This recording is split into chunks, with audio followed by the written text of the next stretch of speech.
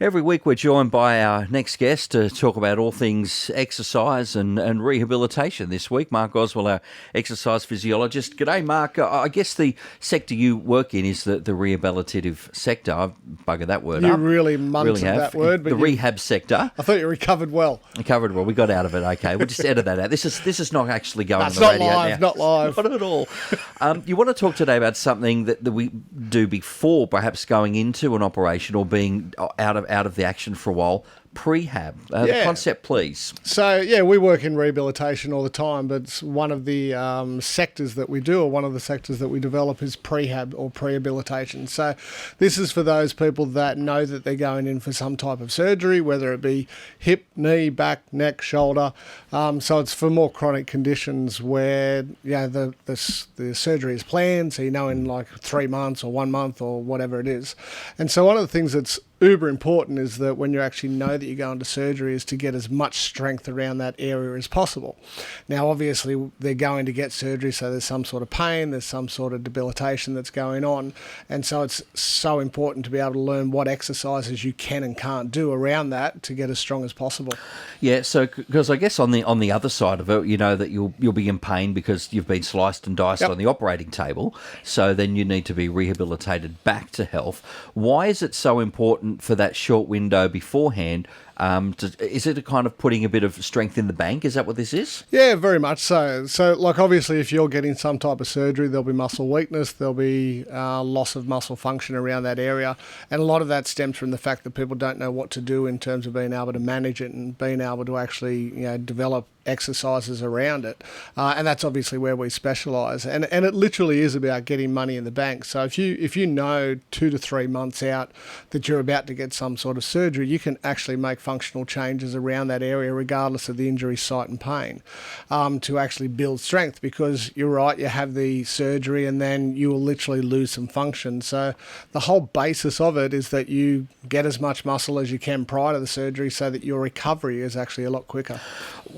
In a general sense, would this type of prehab generally be geared up to be very targeted at the area, or would it be more a holistic approach, considering that, sure, your leg might be in pain, but you're not going to be able to do a lot, so we need to spread that love around? Yeah, look, we balance it around the entire body, definitely, but knowing that we're going in to, say, get knee surgery or hip surgery, we will strengthen the major muscles around that area, so that, obviously the recovery is a lot quicker. Knee surgery, particularly for listeners that are getting knee replacements because they're coming, we can halve the recovery phase, and have seen that quite a lot. Like, knees are so easy to rehab, it kind of sends me to sleep.